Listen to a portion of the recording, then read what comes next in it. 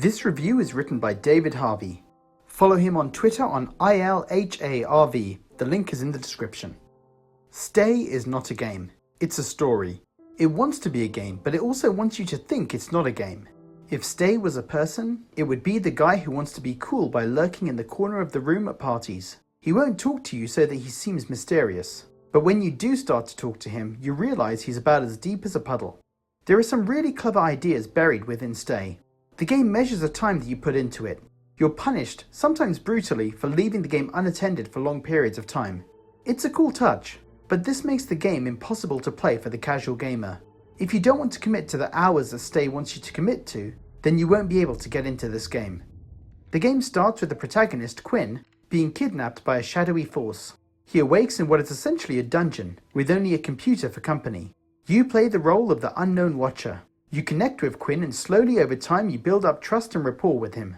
You do this through selecting the right response to Quinn's comments and questions. Tell him your name, he trusts you more, etc. At first the mechanics seemed clever, and I wanted to find better ways to connect. Then I realized that Quinn is just a bit of a dick. He's just not likable or relatable. He's a deeply flawed person, whose mood swings from extreme to extreme. On one playthrough I found myself actively being rude to Quinn, because his babble was starting to grate on me. From the initial introductions, this game becomes a fairly linear adventure. Your responses to Quinn's prompts force the game to progress. There are deviations, but I found myself following the same routes. You find new rooms, new items, and a phone that allows Quinn to become mobile. The items and rooms allow you to enter the mind of the kidnapper. The problem I had is that I simply didn't care. Quinn talks and talks and talks.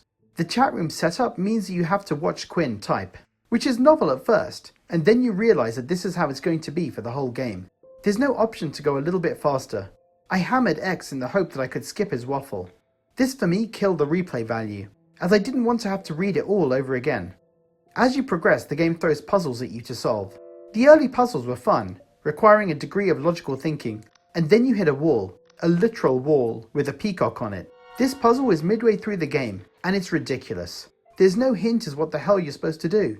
I had to cheat to get past this puzzle. Then I had to cheat to get past every other puzzle. If I hadn't been reviewing the game, this would have been the end for me because it's just ridiculous. The difficulty spike only continues from here. There's a map puzzle that offers no help. Then there's the maze. Again, no help at all from the developer. I had to write down each step to find my way out. If all of this wasn't enough, Stay will kill you at random. It's a little bit spoilery, but try to break down a door and you're dead. Open a fridge, you're dead. I assume this is to play into the feeling that you're in a Saw movie. Interacting with Quinn annoyed me. The difficulty spike annoyed me. Killing me at random annoyed me. But nothing annoyed me more than the developer's attitude to you in the game. Stay is supposed to make you think about how you interact with people, how you build relationships, and ultimately the consequences of your actions. It warns of the dangers of depression and offers links to advice. But the developer clearly didn't learn a lesson from this. It openly mocks your choices at the end of each chapter. It offers a choice when in reality there is no right choice. Graphically, the game is a horror show. It reminded me of something that would look rough on the PS1. I can only assume that the cutscenes were made in MS Paint. It is possible to make retro games look good. Stay is not that game.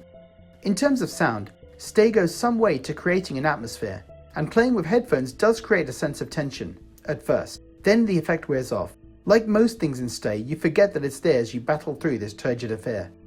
Stay and its developers have tried to do something unique, and should be credited for that. However, this isn't a game. There's zero replay factor. To be honest, the mechanic at the heart of the game means that if you can't commit to it, there's no point playing it. The main character is not relatable. The difficulty spike in the middle of the game is insane.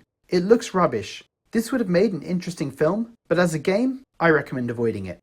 So guys, have you played Stay? Do you agree with David's assessment? Leave a comment below, and as always, thanks for watching.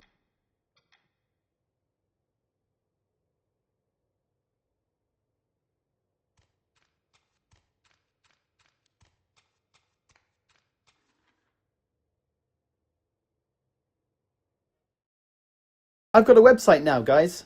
So if you're interested in buying my book, The PlayStation Vita Year 1, head to the website with the link in the description.